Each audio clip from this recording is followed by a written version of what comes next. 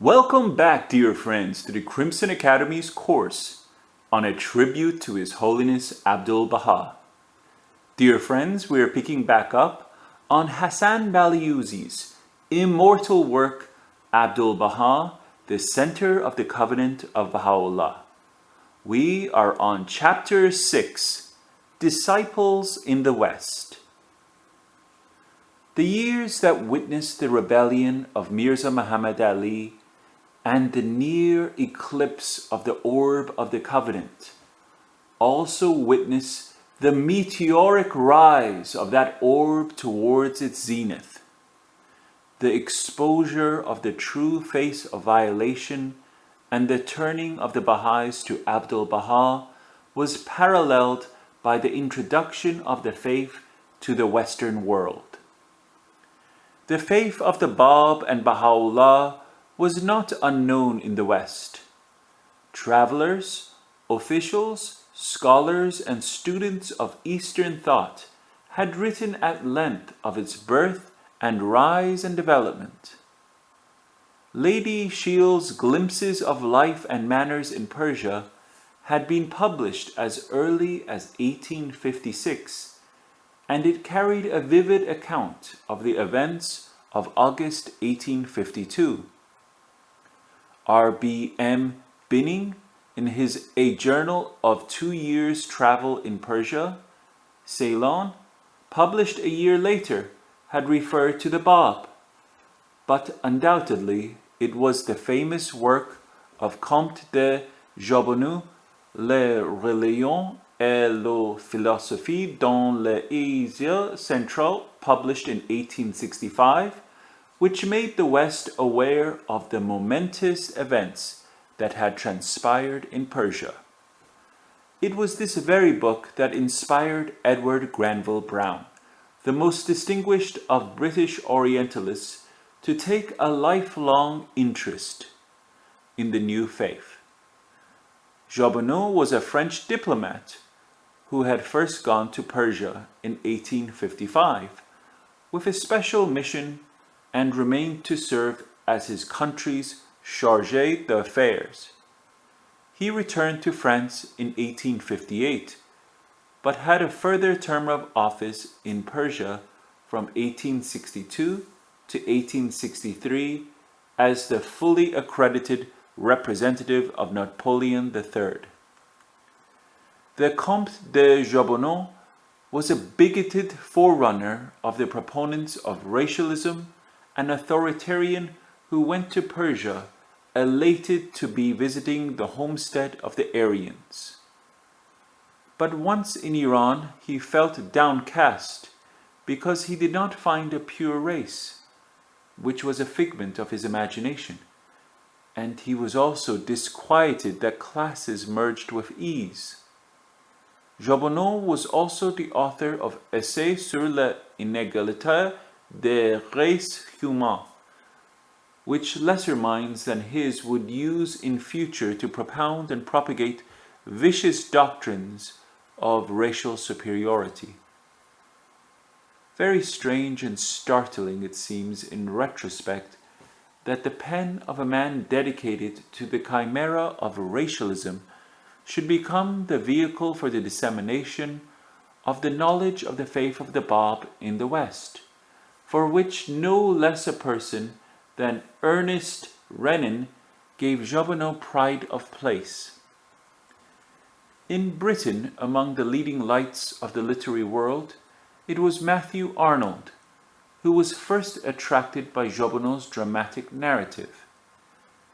In an essay entitled A Persian Passion Play, which he wrote in 1871, Arnold spoke of the Bab.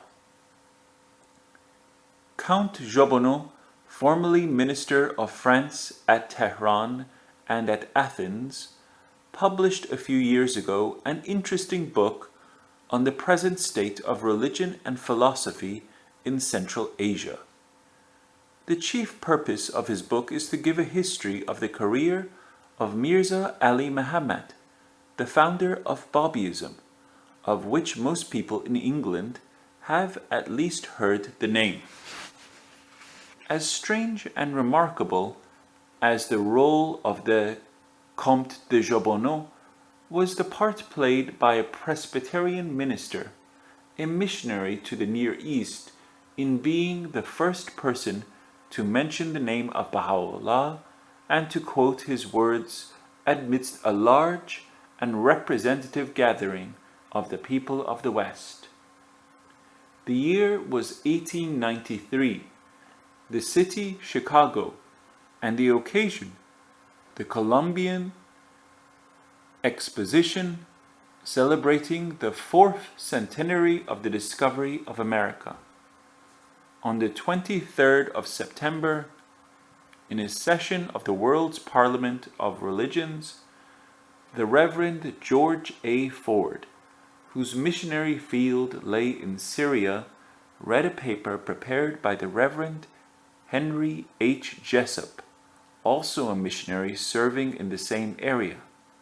It closed with these words: "In the palace of Bahji, or Delight, just outside the fortress of Akka, on the Syrian coast, there died a few months since a famous Persian sage, the Babi saint named Baha'u'llah, the glory of God, the head of that vast reform party of Persian Muslims who accept the New Testament as the Word of God and Christ as the deliverer of men, who regard all nations as one and all men as brothers.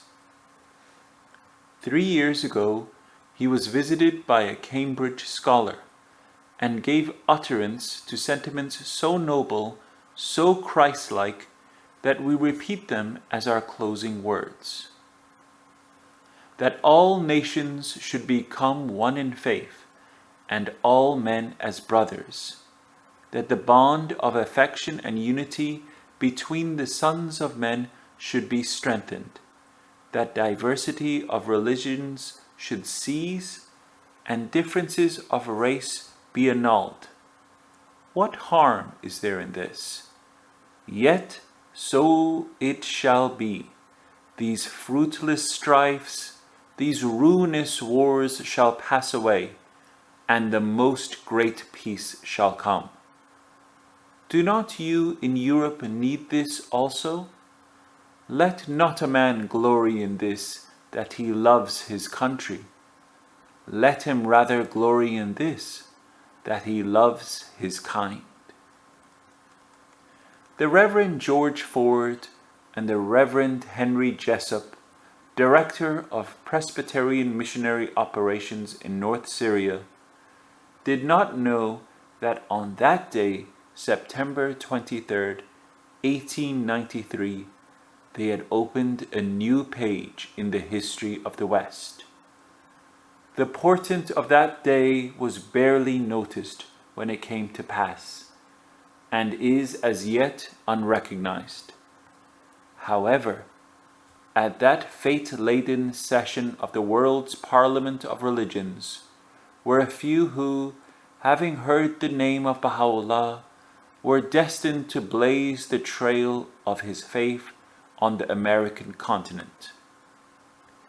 Ibrahim George Khairullah was a Christian Arab born in a mountain village in the Lebanon and educated in the Syrian Protestant College. He was one of the first medical graduates of that well-famed institution. From Syria, he made his way to Egypt, and in Cairo chanced upon the Baha'is. The one who taught him the faith was Haji Abdul Karim, a merchant of Tehran, resident in Egypt. Khairullah accepted the faith in the lifetime of Baha'u'llah and was honored with a tablet from him. Emigration of the Levantines, and particularly Christian Arabs of the Lebanon to the Americas, notably to the United States, was then a continuous process. Apart from the impelling force of poverty and the desire for a better standard of living, the oppressive regime of the Ottoman Empire was also responsible for this urge to seek new horizons. However, for Dr. Khairullah, newly enrolled in the ranks of a world faith, that was still confined to the Near and Middle East. Crossing the Atlantic meant eager response to a calling not dissimilar to that inner compulsion which had brought his former teachers in the Syrian Protestant College from the United States to his native Syria.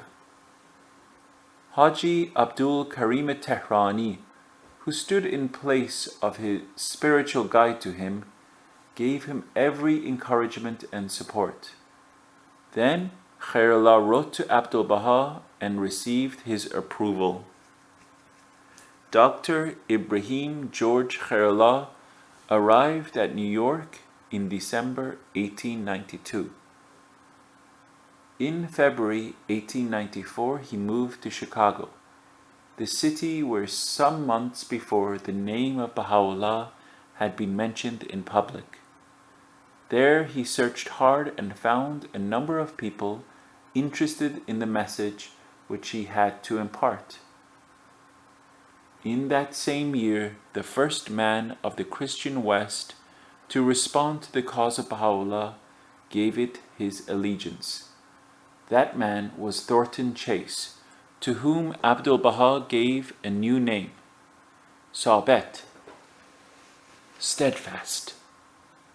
He did not live to behold Abdu'l-Baha in the lands of the far west, triumphant, but he had seen Abdu'l-Baha during the early years of the century immured within the walls of Akka, his life in peril. On his return to his homeland, Chase wrote a remarkable book to which he gave the title In Galilee, He is the Master. Said Chase in another connection, He is the Christ Spirit of this great age. He is the Anointed One, the appointed of his Father. That Father was the greatest manifestation of God, Baha'u'llah. He is the center of the covenant, the healer and satisfier of longing hearts, the King of servitude to humanity. Years later, as Abdu'l-Baha crossed America from east to west in 1912, Thornton Chase lay on his deathbed, and when the Master reached the shores of the Pacific, Chase was dead. When Abdu'l-Baha learned of his death in San Francisco, and a fortnight later stood at the graveside of this steadfast disciple in Inglewood Cemetery, Los Angeles, he said, "This revered personage was the first Baha'i in America. He served the cause faithfully, and his services will ever be remembered throughout future ages and cycles. For the present his worth is not known, but in the future it will be inestimably dear. His sun will ever be shining, his star will ever bestow the light. The people will honor this grave. Therefore the friends of God must visit this grave and on my behalf bring flowers and seek the sublimity of the spiritual station for him. This personage will not be forgotten."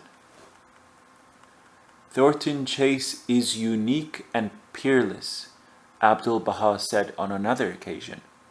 Thornton Chase, who rose to such heights, was not a man of great intellect and deep learning. He was in the employment of a well-known life insurance company.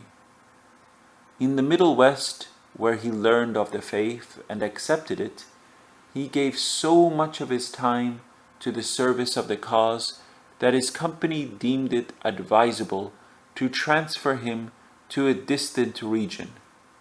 He was sent to California, but his dedication to the faith far from slackening, grew more intense.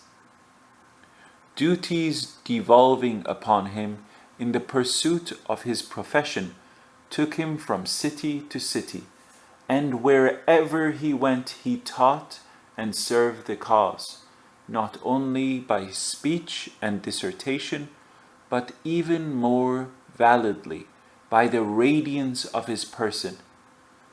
A secretary in an office which he had to visit from time to time spoke in later years of the electrifying presence of Thornton Chase. She recalled that whenever he came into the room, people felt elated, joy wafted in with him. His face radiated light. Thornton Chase once wrote that he himself was a man recreated.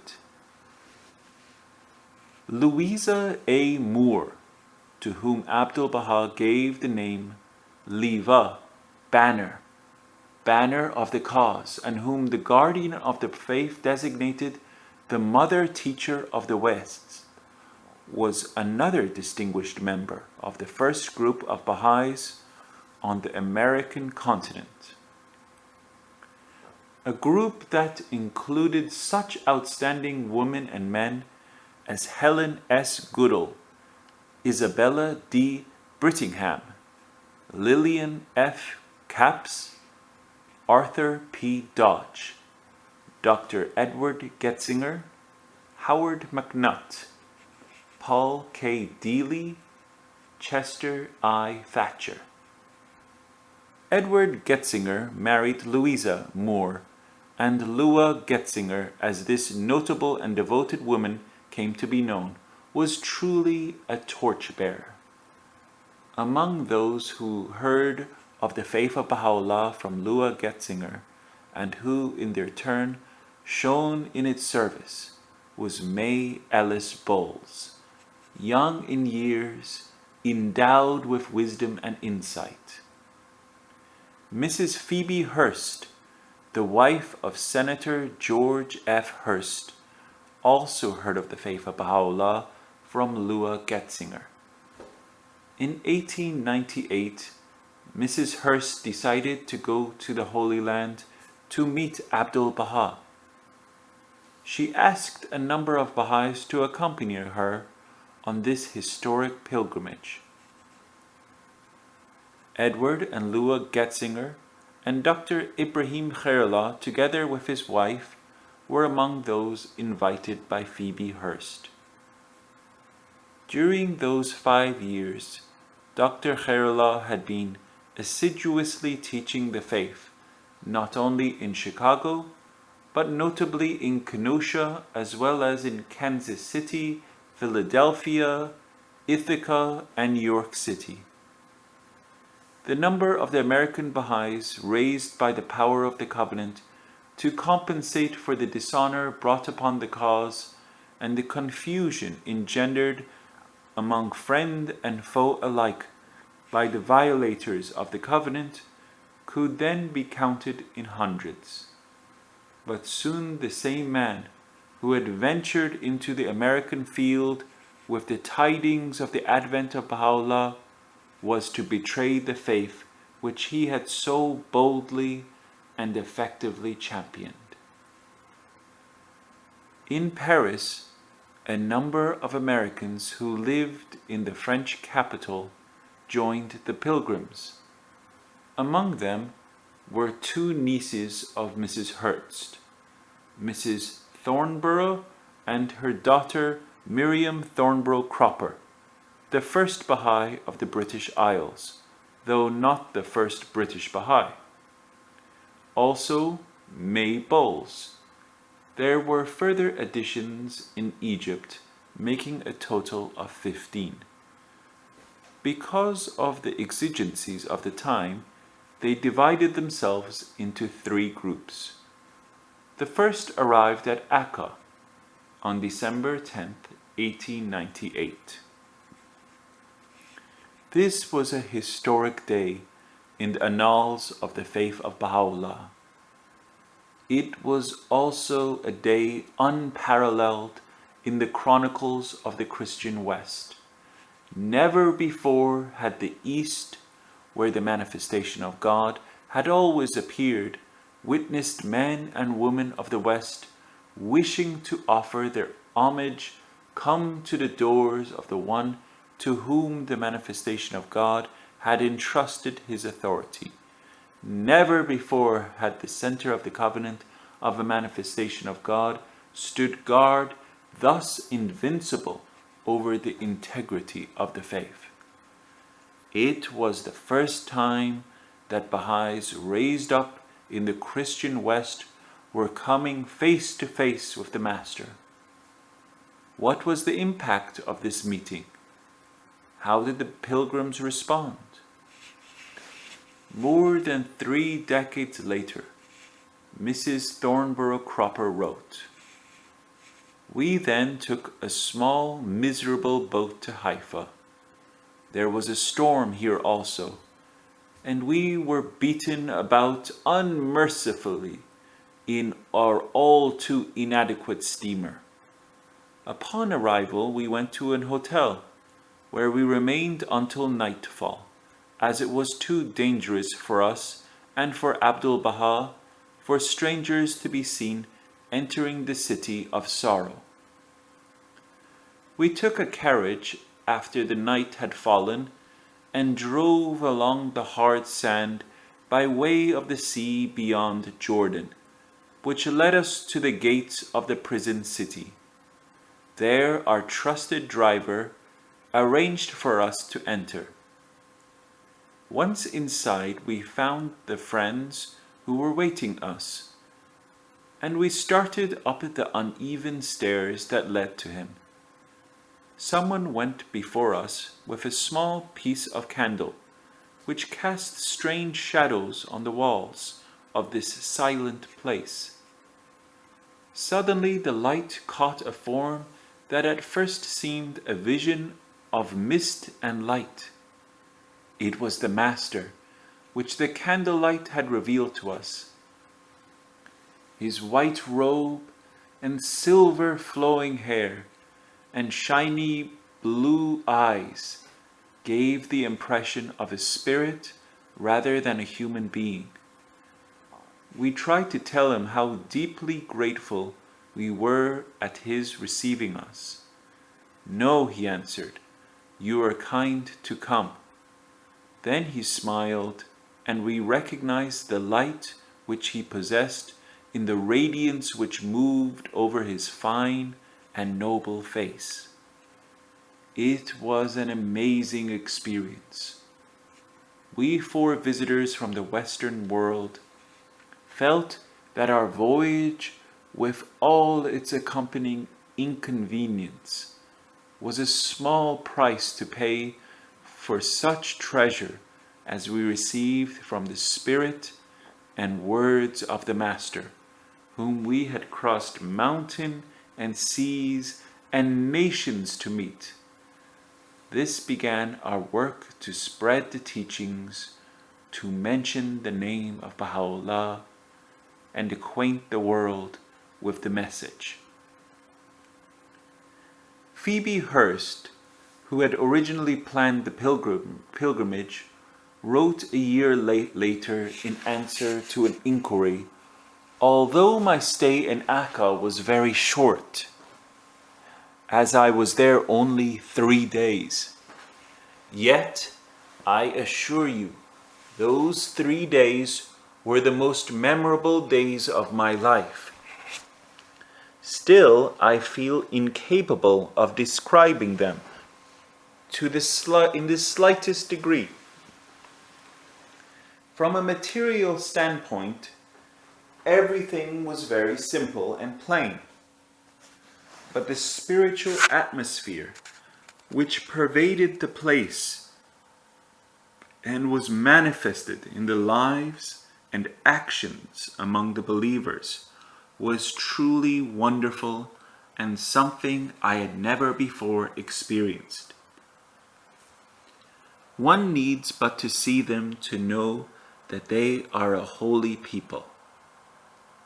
The Master I will not attempt to describe. I will only state that I believe with all my heart that He is the Master, and my greatest blessing in this world is that I have been privileged to be in His presence and look upon His sanctified face. His life is truly the Christ-like, and His whole being radiates purity and holiness. Without a doubt, Abbas Effendi is the Messiah of this day and generation, and we need not look for another.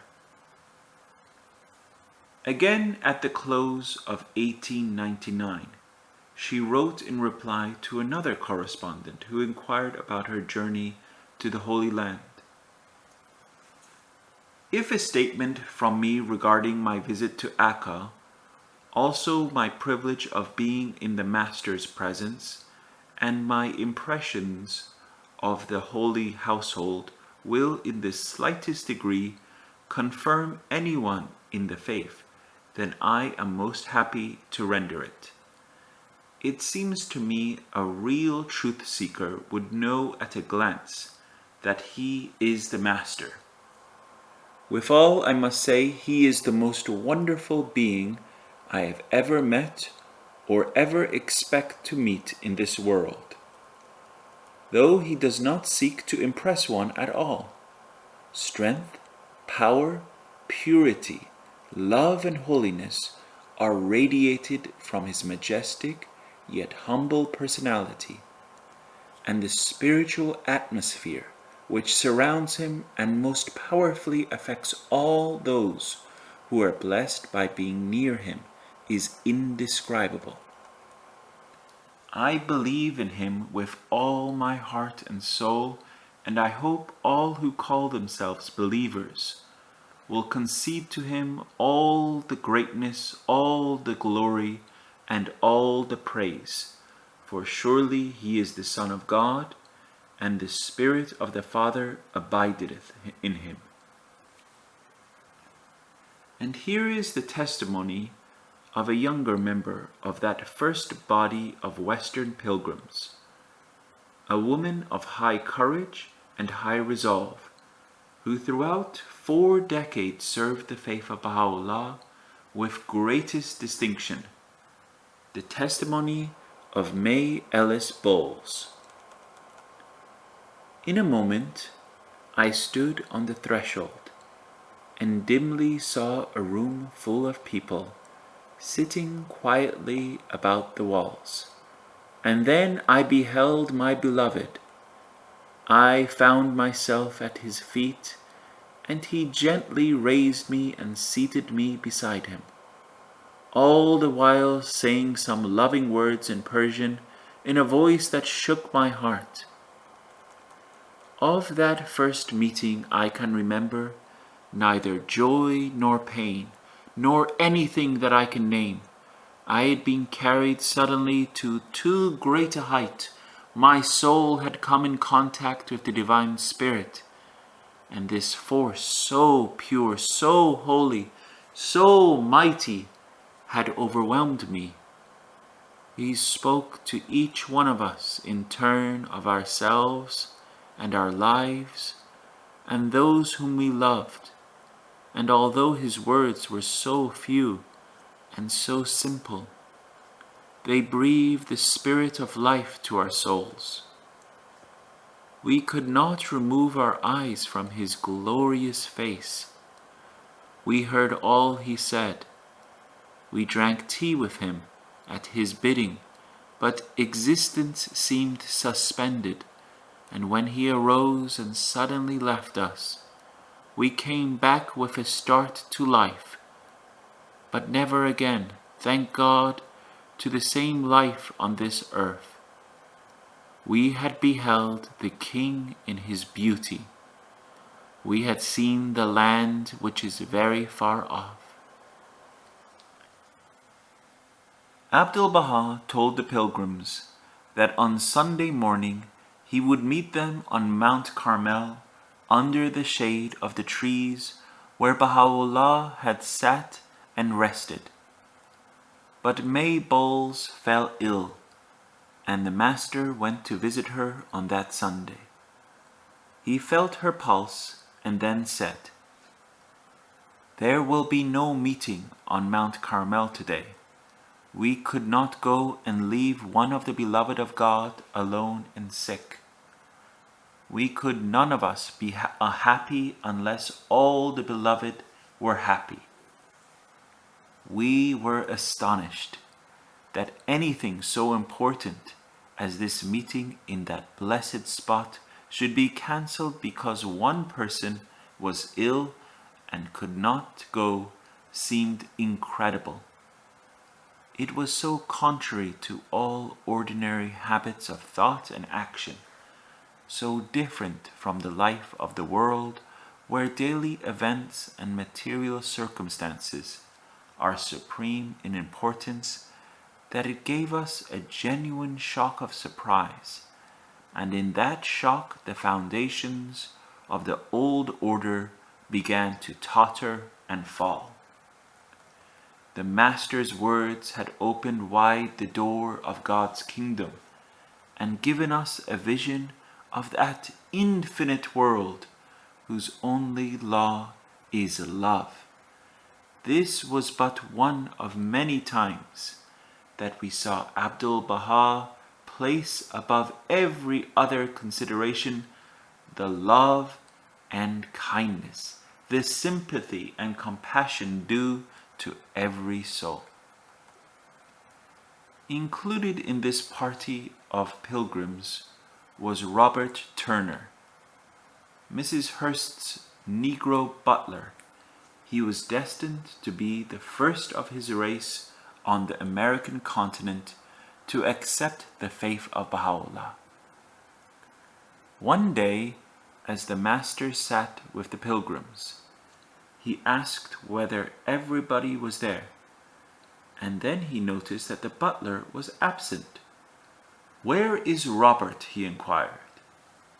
And as soon as that simple, devoted man came into the room, Abdu'l-Baha rose to his feet and greeted him affectionately. He made Robert a servant sit down with the rest and said, "Robert, your Lord loves you.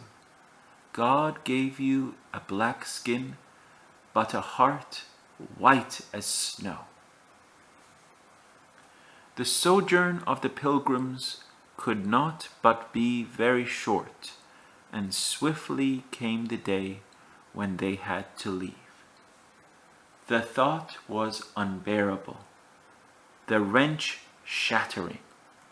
The compassionate Master told them, "And now I give you a commandment, which shall be for a covenant between you and me, that ye have faith, that your faith be steadfast as a rock, that no storms can move, that nothing can disturb, and that it endure through all things, even to the end.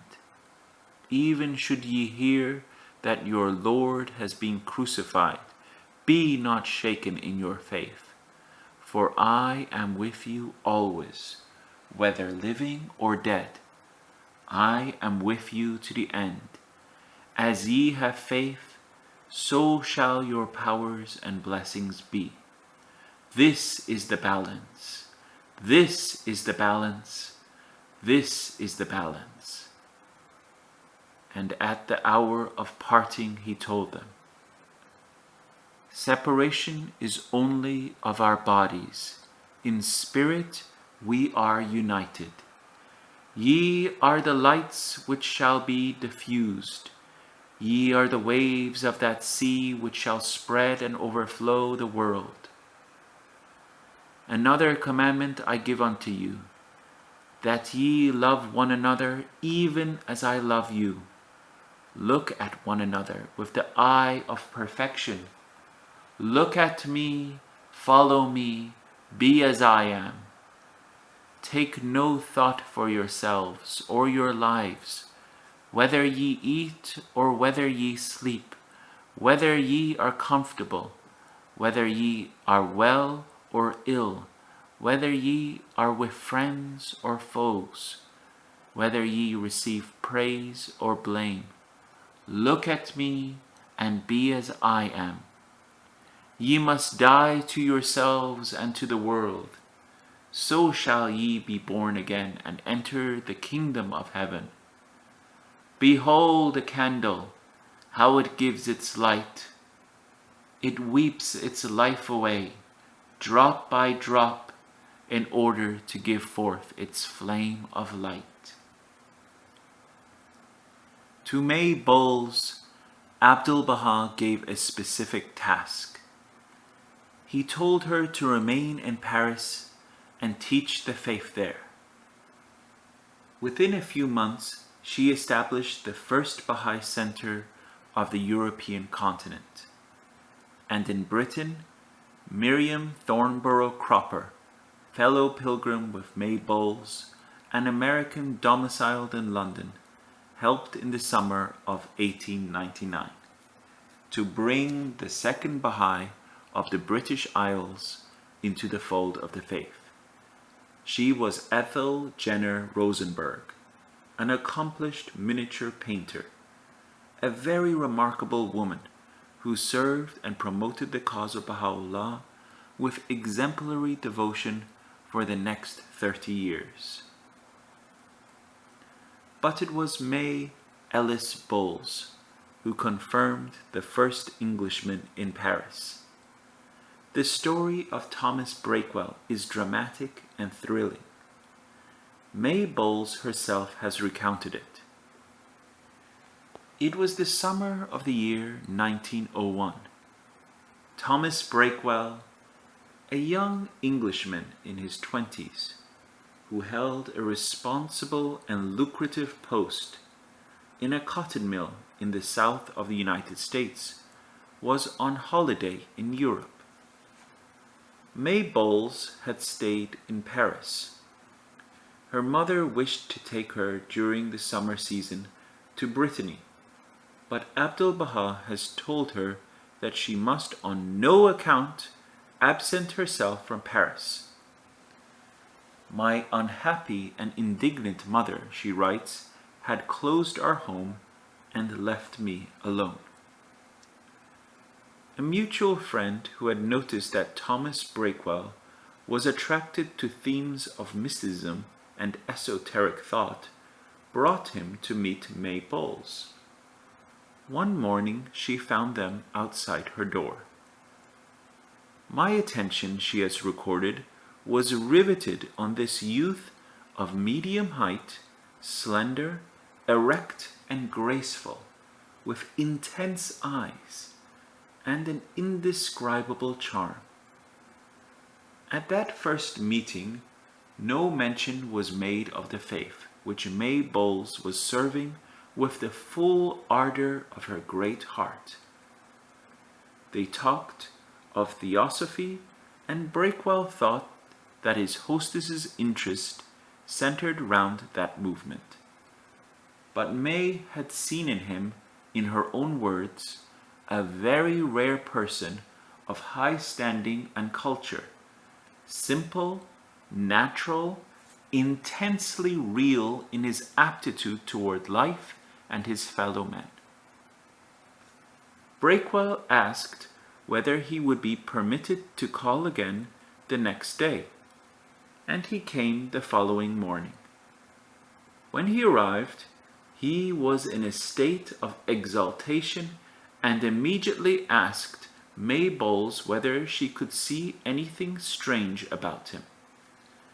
Then he went on to say, "When I was here yesterday, I felt a power, an influence that I felt once before in my life, when for a period of 3 months I was continually in communion with God.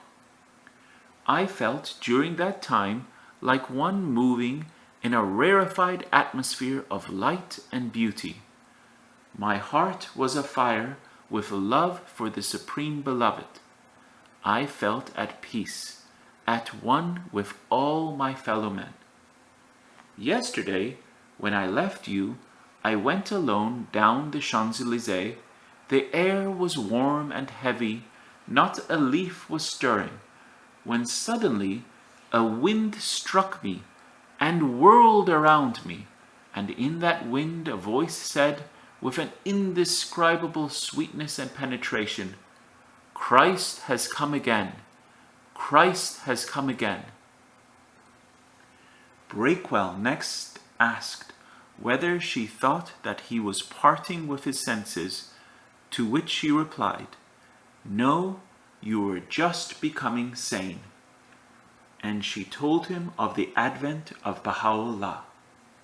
There and then, Thomas Breakwell became a Baha'i.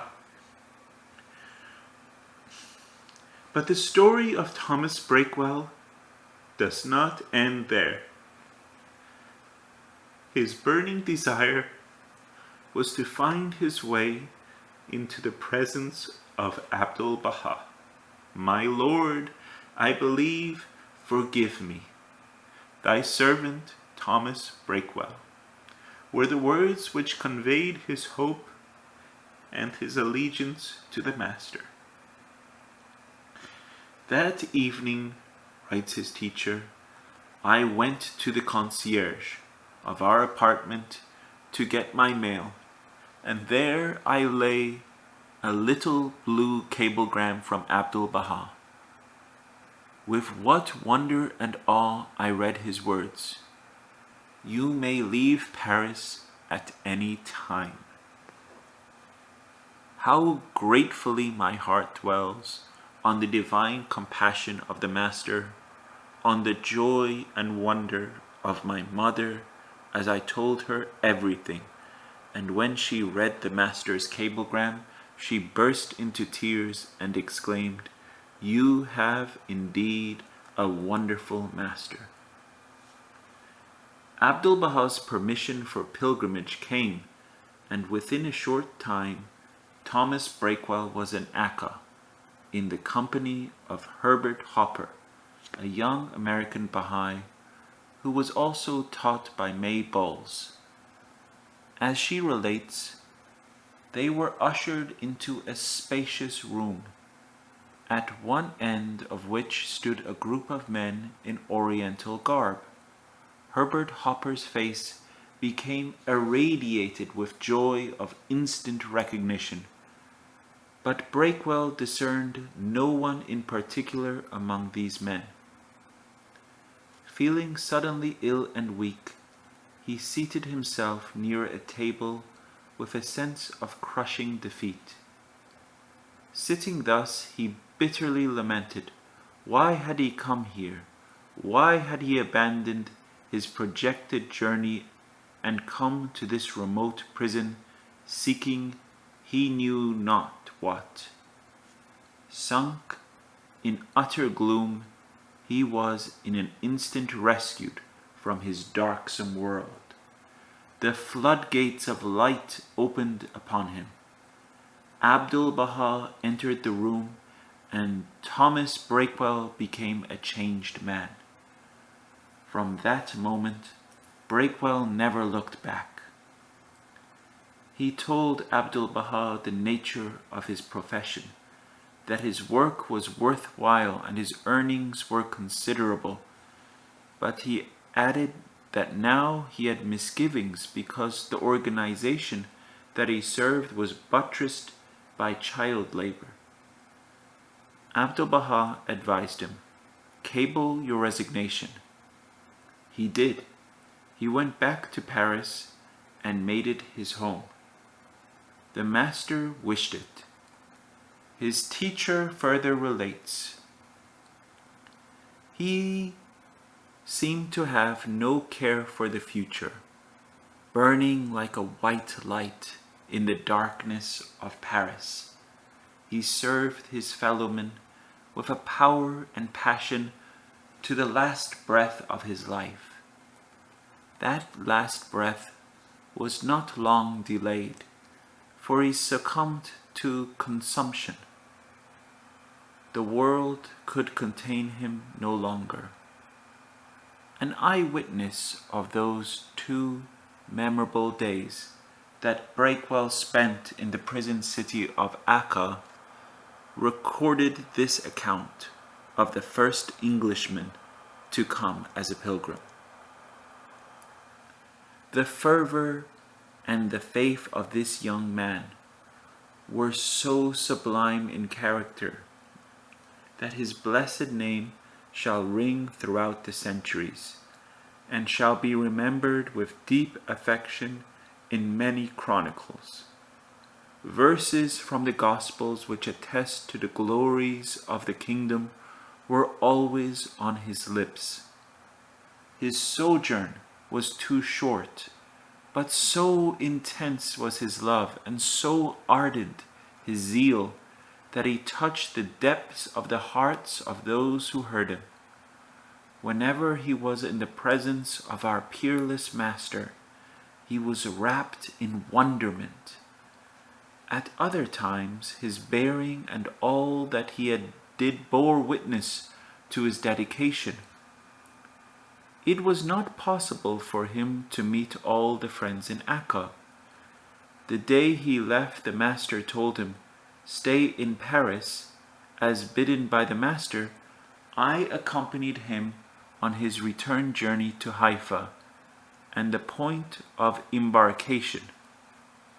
Away from Akka, it was possible to entertain him for an hour or two in the home of one of the believers before his boat was ready to sail. In that house we were in a room that looked towards Akka. There he would stand, every now and then perfectly still, facing Akka in a state of communion, whilst his eyes welled with tears, his tongue uttered words of supplication. All those who were there were greatly moved. In that state of ecstasy, he asked me whether he could correspond with me from time to time. My letters, in answer to his, he said, would convey to him the fragrances of the effulgent city of Akka. We were all in tears when we bade him farewell to him. Dr. Yunus Khan, who served Abdu'l-Baha as secretary and interpreter with exemplary devotion during a very critical period of his ministry, carries further this absorbing story of Thomas Breakwell. He received letters regularly, at fortnightly intervals, from the young Englishman in Paris, who was then battling with advanced consumption. In one of his letters, Breakwell had remarked that he implored God for pain and affliction and suffering, lest he forget his beloved. The more pronounced the ravages of the disease became, the more eloquent and the more fervent became Breakwell's paeans of joy. His correspondent recounts, "Everything he wrote I presented to the Master. Sometimes he would say, 'Send him my greetings.' Whenever he made no comment, I knew that the mysterious communion between the lover and the beloved had no need of the spoken word." Then came his last letter. He wrote, "Suffering is a heady wine. I am prepared to receive that bounty which is the greatest of all. Torments of the flesh have enabled me to draw much nearer to my Lord. All agony notwithstanding, I wish life to endure longer so that I may taste more of pain. That which I desire is the good pleasure of my Lord. Mention me in his presence." A few days later, together with the late Dr. Abdu'l-Baha Khan, I was accompanying the Master in the evening from the house where he received his visitors to his home by the seaside. All of a sudden he turned to me and said, "Have you heard?" "No, Master," I replied, and he said, Breakwell has passed away. I am grieved, very grieved. I have written a prayer of visitation for him. It is very moving, so moving that twice I could not withhold my tears when I was writing it. You must translate it well, so that whoever reads it will weep. I never knew who had given the master the news of Breakwell's death. If anyone had written or cabled either in English or French, that communication would have passed through my hands. 2 days later, the prayer of visitation was given to me. It wrung one's heart, and I could not hold back my tears. I translated it into French and later, with the help of Lua Getzinger, into English. Here are some extracts from that eulogy. O Breakwell, my beloved, where is thy beautiful countenance? And where is thy eloquent tongue? Where is thy radiant brow? And where is thy brilliant face? O my dear, O Breakwell, where are thy bright eyes? And where are thy smiling lips? Where are thy gentle cheeks? And where is thy graceful stature? O my dear, O Breakwell, verily thou hast abandoned this transitory world, and soared upward to the kingdom, hast attained to the grace of the invisible realm, and sacrificed thyself at the threshold of the Lord of might. O my adored one, O Breakwell, then thou hast ignited a light in the glass of the supreme concourse, hast entered the paradise of Abha, art protected under the shade of the blessed tree, and hast attained to the meeting of the Lord of truth in the abode of heaven. O my beloved, O Breakwell, verily thy Lord hath chosen thee for his love, guided thee to the court of his holiness, caused thee to enter into the Rezvan of his company, and granted thee to behold his beauty.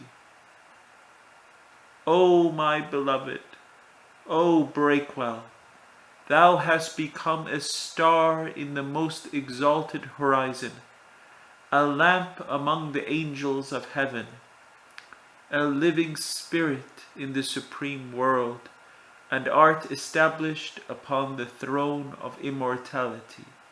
O my adored one, O Breakwell, I mention thy name continually. I never forget thee. I pray for thee day and night, and I see clearly and manifestly, O my adored one, O Breakwell. Dr. Yunus Khan, this faithful chronicler, has still more to tell us about Thomas Breakwell. A year later, he writes, Abdu'l-Baha called me one day to his presence to give me letters to translate. There were many envelopes sent from various places. While examining them, still sealed, he all of a sudden picked out one and said, "How pleasing is the fragrance that emanates from this envelope. Make haste, open it, and see where it comes from. Make haste." Previously, it had happened many a time that the master had picked up a particular envelope to be opened first, and of a certainty the letter therein had contained news of great spiritual import. Now I hurried to open this particular envelope selected by the master. In it there was a postcard. The postcard was colored a beautiful shade, and attached to it was one solitary flower, a violet.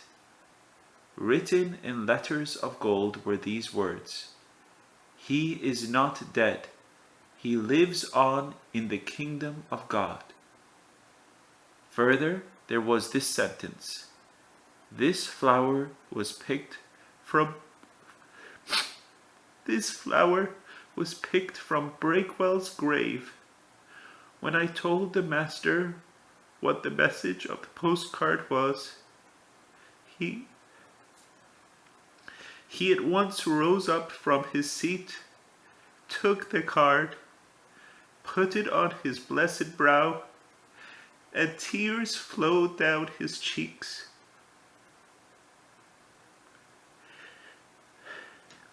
Thomas Breakwell is a luminary in the firmament of the faith of Baha'u'llah. The first French Baha'i was also introduced to the faith by May Ellis Bowles. He was Hippolyte Dreyfus, who after his marriage to Laura Clifford Barney, another renowned Baha'i, taught by the same tireless founder of the Paris group, adopted the surname Dreyfus Barney. This French scholar too heard of the faith of Baha'u'llah in the summer of 1901. May Bowles Maxwell wrote of him: "He was at the time an agnostic who believed that life and character are above dogma and creed, although he had never believed in any force transcending nature, nor had he received intimations of the possible existence of a supreme being. Yet, after hearing of the advent of Baha'u'llah, his inner susceptibilities became unfolded in his subsequent study of the teachings and his visit to Abdu'l-Baha in the prison of Akka. He attained a supreme realization of the significance and importance of this message to the world." Hippolyte Dreyfus was the first European Baha'i to visit Iran, the cradle of the faith. He learned Persian and Arabic to enable him to translate the writings of Baha'u'llah and Abdu'l-Baha. He undertook extensive journeys to Canada and United States, and as far east as Japan, in the interests of the faith which he had zealously embraced. His translations of the scriptures and his own book, L'Essai sur le Bahaïsme, on the history and the teachings of the cause, are of high merit. In later years, he attended Abdu'l-Baha during his travels in Europe and served him with devotion and distinction. Hippolyte Dreyfus died in 1929. Laura Clifford Barney belonged to an American family established in Paris and well known among its literati. At the dawn of the century, she accepted the revelation of Baha'u'llah. Soon after, she went on pilgrimage to Akka. Then she went a second time, and in 1904, a third time in the company of Ethel Rosenberg. These, as we shall see, were perilous years in the ministry of Abdu'l-Baha. Then came a short visit to Egypt, and a lightning visit to Europe during the spring. She returned to the Holy Land and took her mother with her. During the summer of 1905, Hippolyte Dreyfus accompanied Laura Clifford Barney and her traveling companion to the native land of Baha'u'llah. That autumn she was once again in Akka, where her sojourn extended into the year 1906. In 1908, she made yet another pilgrimage. It is of particular interest to know the details of Laura Clifford Barney's repeated and extended visits to the Holy Land. because it was during those months, stretched over several years, that a book unique in the entire range of the writings of the founders of the faith took shape. The book was Some Answered Questions. Questions came from Laura Barney, and Abdu'l-Baha answered them. In her own words taken from the introduction to the book, these answers were written down in Persian while Abdu'l-Baha spoke, not with a view to publication, but simply that I might have them for future study. But I believe that what has been so valuable to me may be of use to others, since all men, notwithstanding their differences, are united in their search for reality, and I have therefore asked Abdu'l-Baha's permission to publish these talks. That permission was granted in the year 1906. The English edition appeared in 1908, and the Persian text was published in the same year. Hippolyte Dreyfus translated it into French under the title Les Leçons de Saint Jean d'Arc. By the generosity of the compiler herself, the original Persian manuscript containing Abdu'l-Baha's occasional corrections and emendations is deposited and preserved in the International Archives of the Baha'i Faith. The Persian text has a subtitle, Talks During Luncheon. I have given to you my tired moments. Laura Barney recalls that Abdu'l-Baha told her, as he rose from table after answering one of my questions, weighed down with the oppression of the times facing hostile officials resolved to destroy him, officials dispatched under the guise of a commission of inquiry from the seat of Ottoman autocracy, the inquiry set afoot by the treachery of his own kith and kin, balked momentarily in the greatest enterprise he had undertaken, raising the mausoleum of the Bab on Mount Carmel. Every minute of the life of Abdu'l-Baha was filled with sorrow, demanding vigilant action and unflinching fortitude.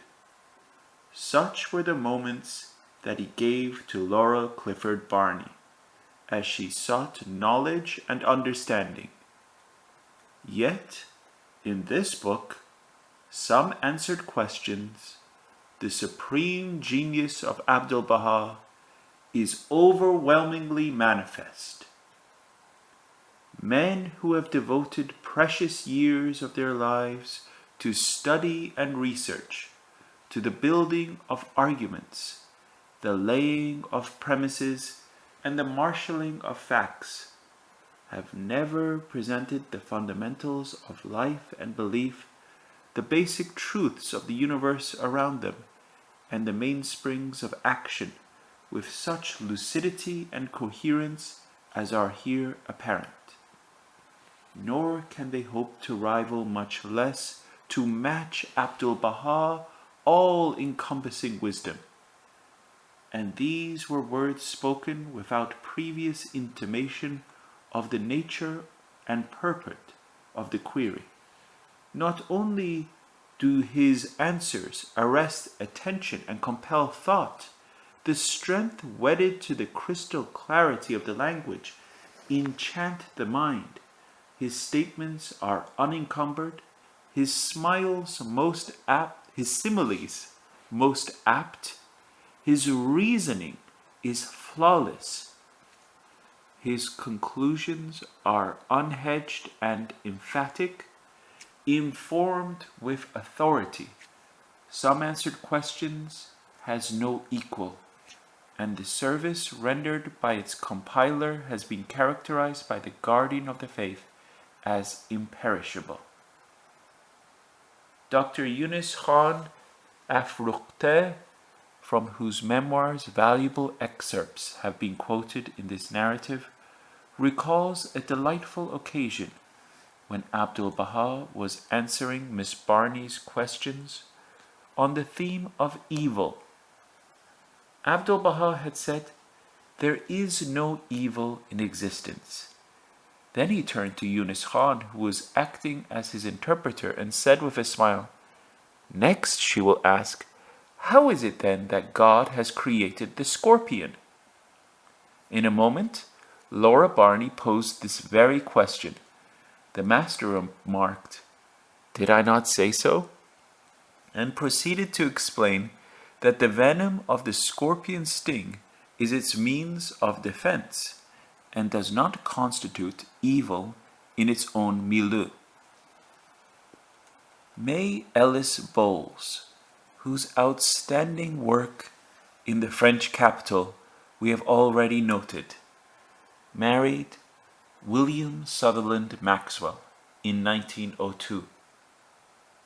He was a young Canadian architect, then at the threshold of a brilliant career which culminated in the designing of the beautiful and majestic superstructure of the Mausoleum of the Bab on Mount Carmel. They established their home in Montreal, where they founded the first center of the faith on Canadian soil. That home became a haven. In 1912, Abdu'l-Baha spent some days under its roof. Today it is a cherished shrine for the Baha'is of Canada. May Maxwell served assiduously and selflessly for 40 years as a teacher and an administrator of the faith. She helped many of the American continent to see the truth of the message of Baha'u'llah. No one ever came across her path who was not in some measure enriched and invigorated by that contact. When advanced in years and poor health, she unhesitatingly responded to the call that came from the guardian of the faith and turned to fresh fields of pioneering. She went to South America. Her spirit shone brighter than ever, but the physical frame was spent. The end came in Buenos Aires in 1940. Shoghi Effendi told the Baha'i world that May Maxwell had attained the station of a martyr. Glorious was her life, and glorious her end. Her husband, Sutherland Maxwell, was elevated to the rank of Hand of the Cause of God in 1951. Soon after he passed away, and his mantle, in the words of the guardian of the cause, came to rest upon the shoulders of his daughter Mary, named Ruhiya by the guardian at the time of her marriage to him in 1937, she was also accorded the title of Abdu'l-Baha, the handmaiden of Baha, by Shoghi Effendi. Ruhiya Khanum served as the guardian's secretary, also as a member of the International Baha'i Council appointed by him in 1951, and as a liaison between him and the council. In those years, and after the passing of Shoghi Effendi in November 1957, in her capacity as Hand of the Cause of God in the Holy Land, Abdu'l-Baha Ruhiya Khanum followed the example set by her valiant mother. While the disciples of Abdu'l-Baha were blazing the trail in the west, a hurricane was gathering force to sweep over the scene of their labors. A hurricane that threatened to extinguish the light which they had lit and kept shining with exemplary devotion. The same person who had taken the message of Baha'u'llah across the ocean, who had established the first Baha'i center in the Christian West, who had over a period of 6 years taught the faith and nursed it in a distant land, became the vehicle of that storm. he whose services Abdu'l-Baha had highly extolled, whom he had addressed as Bahai Peter, chose to join the ranks of the violators of the covenant. The success which attended Dr. Khairullah's endeavors became eventually the instrument of his downfall. He became vainglorious and introduced tenets and interpretations which were of his own invention. His case is not unique in the annals of the faith of Baha'u'llah, nor in the chronicles of the other great religious systems of mankind. Khairullah dreamt of sharing Abdu'l-Baha's authority. Let Abdu'l-Baha, he conjured, in a mind dangerously distorted, have the East to guide and administer. He, Khairullah, by virtue of his brilliant achievement, would lead and shepherd the West. Until he went in Mrs. Hurst's party on pilgrimage to Akka, he had not met Abdu'l-Baha. It was then that he saw how appallingly he had miscalculated. The integrity of Abdu'l-Baha's stewardship could not be breached. But having become enamored of power and having followed the mirage of leadership, Dr. Khairullah decided to turn to Mirza Muhammad Ali. In secret, he established relations with the violators. Soon it became apparent that he was seriously disaffected. Mirza Muhammad Ali sent his oldest son, Mirza Shuwa-Allah, to America to lend him his support. Shuwa-Allah was followed by Mirza Ghulam-ullah, son of Agha Muhammad Javed Qazvini, one of the most inveterate adversaries of Abdu'l-Baha. On his way to the United States, Ghulam-ullah visited Professor Edward Brown at Cambridge. Abdu'l-Baha tried hard to rescue Dr. Khairullah. Haji Abdul Karim, the Tehrani merchant in Cairo, who had taught the Syrian doctor the faith and had made it possible for him to embark on his mission in America, was instructed by Abdu'l-Baha to go to the United States, both to protect the nascent community there from the intrigues and insinuations of the violators, and to endeavor to make Khairullah see the error of his ways. The year was 1900.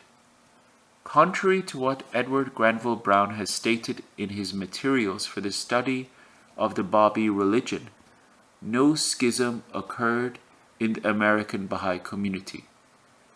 The very people whom Khairullah had helped to come into the faith now refused to stand by him.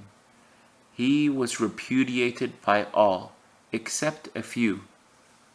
The presence of Mirza Shuwa-Allah had no appreciable effect. Violation failed to strike root in the American soil. But the strain to which the infant community was subjected was titanic and truly testing. In the same year, 1900, upon the return of Haji Abdul Karim to Egypt, Abdu'l-Baha sent another Persian Baha'i, resident in the same country, to the United States. Haji Mirza Hassan Khorasani also tried to bring Dr. Khairullah to his senses. But Khairullah could not be saved. He published his book, Baha'u'llah, the Glory of God, in which he drew particular attention to Mirza Muhammad Ali and his brothers, Mirza Ziaullah and Mirza Badiullah, and tried to present them as equals of Abdu'l-Baha. He gave to Mirza Ziaullah, who had recently died, the designation Husn Asar, the purest branch, which properly belonged to Mirza Mehdi, that son of Baha'u'llah, who had met his death in the citadel of Akka. Furthermore, Dr. Khairullah invented the designation Husn Anvar, the most luminous branch, and applied it to Mirza Baha'u'llah. It was stated that Howard MacNutt had assisted the author in writing his book. Howard MacNutt, however, did not follow Ibrahim Khairullah into the wilderness, and after Abdu'l-Baha's visit to America in 1912, compiled 2 volumes of his discourses under the title The Promulgation of Universal Peace. After the return of the Khorasani merchant, Mirza Asadullah Isfahani was sent on the same errand. He was the emissary who, at the bidding of Abdu'l-Baha, had safely taken the remains of the Bab from Iran to the Holy Land. Mirza Asadullah was assisted by Hassan Hussein Ruhi, the capable and devoted son of a Baha'i of Tabriz. And finally, the most erudite and accomplished scholar and divine that the cause of Baha'u'llah has ever won to its side, Mirza Abu Fazl Abdu'l-Baha, was directed to America by a vigilant master. This great teacher's visit extended from 1901 to 1902. Dr. Ali Quli Khan, who was later given the title of Nabila de Douala by the government of Iran and served as its charge d'affaires in Washington, D.C., acted as his interpreter. Ali Quli Khan's services were invaluable, as he also contributed to the compendium of the scriptures of the faith available in English by undertaking copious translations. A Baha'i publication, first of its kind, that bore the title Prayers, Tablets, Instructions, and Miscellany, appeared at the time when Khairullah's total alienation was no longer in doubt. It was stated that materials for that publication were gathered by American visitors to the Holy City during the summer of 1900. Ali Quli Khan was with that group of pilgrims. When one looks at this small book of only 91 pages, one is amazed at how little these early Western Baha'is had of the words and the writings of Baha'u'llah and Abdu'l-Baha, and how deep their faith was that so little sufficed. Tribulations which afflicted the newly born community of American Baha'is were severe, and the gales of violation that swept over it were tempestuous. But the Baha'is of America proved their mettle. Their superb loyalty attested to their maturity. Their ranks could not be breached. Thus, Dr. Ibrahim Khairullah, defeated and disowned, passed from the scene. Occasionally his feeble efforts caused a ripple, hardly perceptible, that died out quickly. A letter which he wrote to Professor Edward Brown on April 4th, 1917, and which the eminent Orientalist included in materials for the study of the Babi religion, his last book on the faith of Baha'u'llah, is the best indication of the depths to which Dr. Khairullah had sunk. He wrote, "The Baha'i movement in America became slow and dull since the sad dissension reached the West 19 years ago. I thought then that to call the people to this great truth was equivalent to inviting them into a quarrel. But the visit of Abbas Effendi, Abdu'l-Baha, to this country, his false teachings, his misrepresentation of Baha'ism, his dissimulation, and the knowledge that his end is nigh aroused me to rise up for helping the work of God, declaring the truth and refuting the false attacks of theologians and missionaries. Now I am struggling hard to vivify the cause of God after its having received by the visit of Abbas Effendi a death blow.